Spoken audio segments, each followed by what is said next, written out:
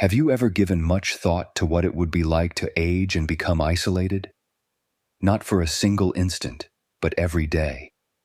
Waking up in silence, dining at a table that is peaceful, and spending the evening without saying a word. There are no warnings regarding it.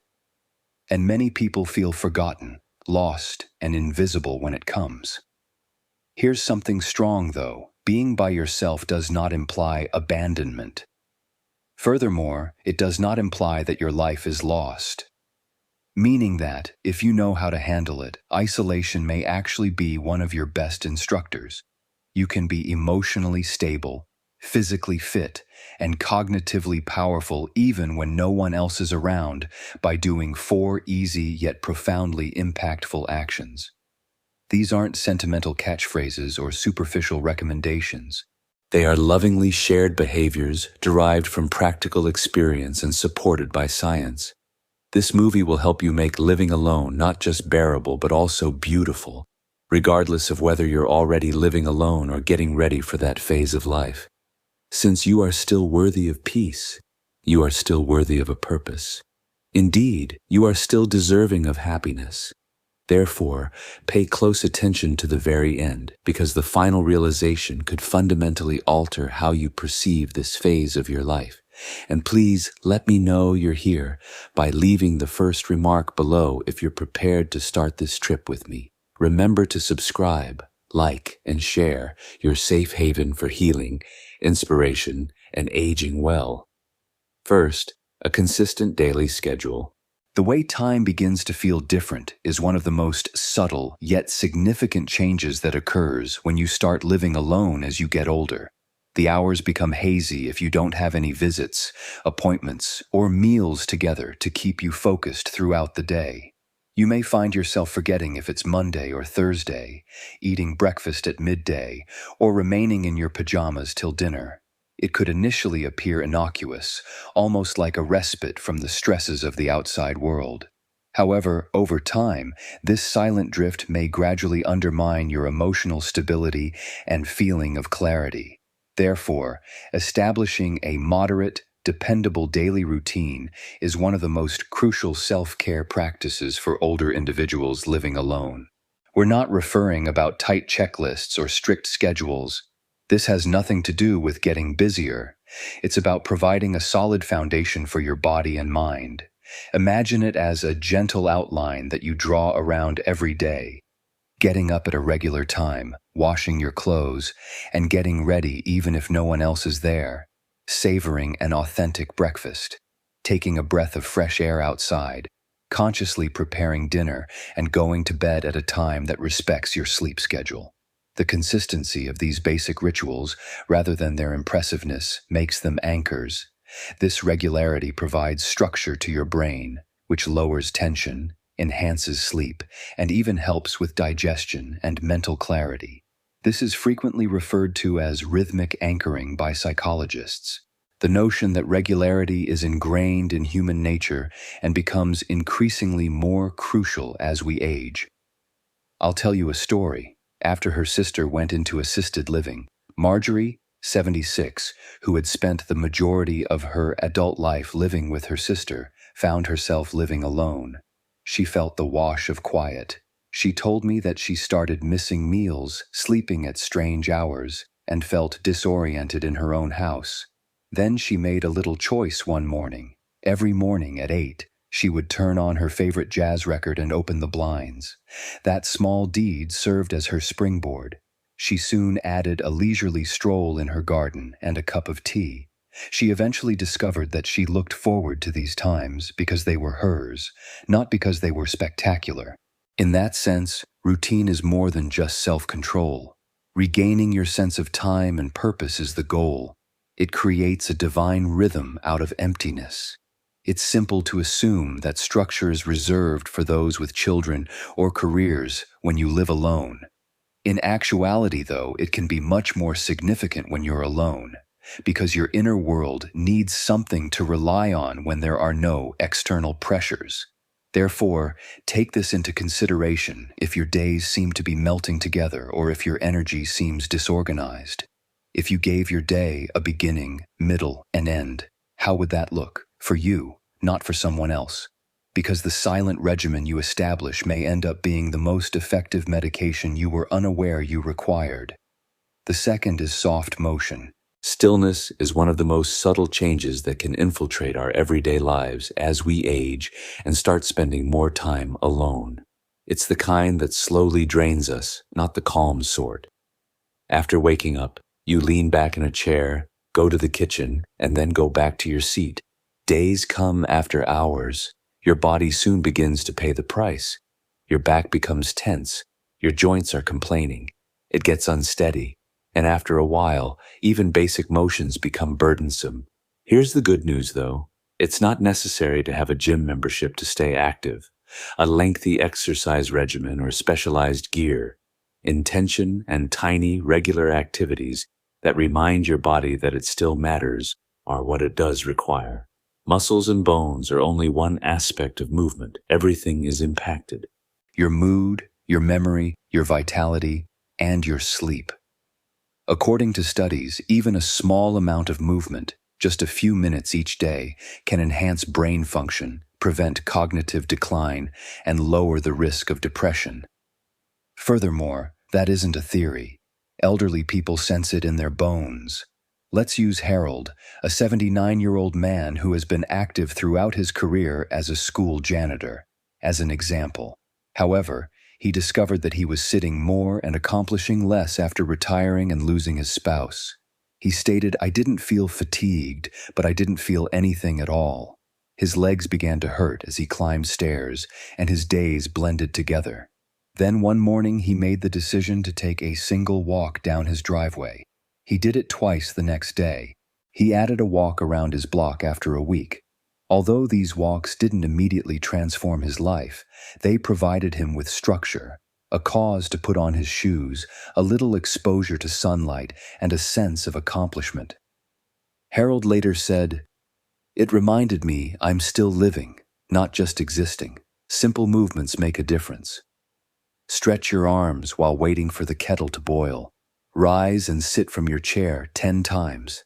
Take slow, deliberate steps through your hallway." Each of these actions sends a message to your body. You are still needed. You are still capable. And just as importantly, movement connects you to life outside your walls. A short walk might bring a smile from a neighbor, the warmth of the sun, or the sound of wind in the trees. These small interactions act as gentle reminders. You're not cut off from the world. You're still part of it. Let's be clear. This isn't about becoming an athlete. It's about protecting your independence. Keeping your legs strong so you can rise from bed without help. Keeping your hands flexible so you can prepare your own meals. Keeping your balance so you can walk safely. Water your plants and open the front door without fear. Movement is not about performance. It's about presence. It's about telling your body and your spirit that you still care, that you still choose to show up for yourself even when no one is watching. So if your days feel slow or heavy, try asking yourself, what small movement can I offer my body today? Perhaps it's simply taking deep breaths and standing tall. Maybe it's walking 5 minutes longer than yesterday. Whatever it is, let it be something you give, not something you force, because your body, even in its older form, is not a burden. It is your companion. It deserves your respect, your care, and your movement.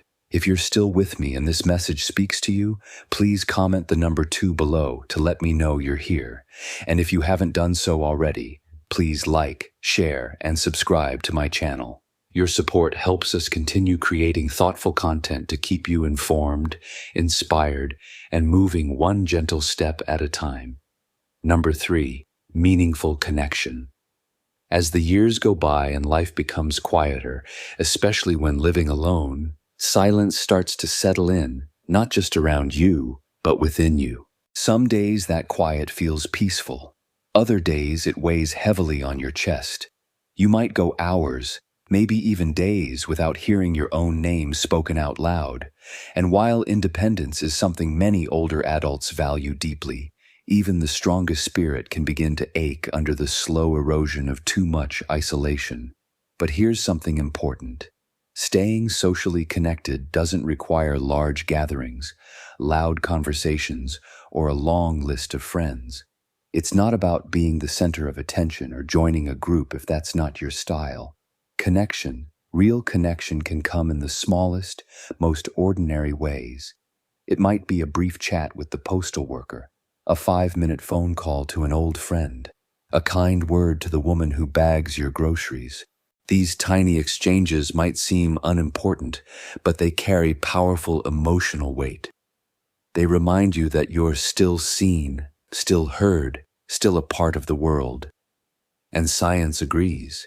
Studies have consistently shown that older adults who maintain even light, consistent social contact tend to have stronger immune systems, lower levels of depression, and even a reduced risk of cognitive decline.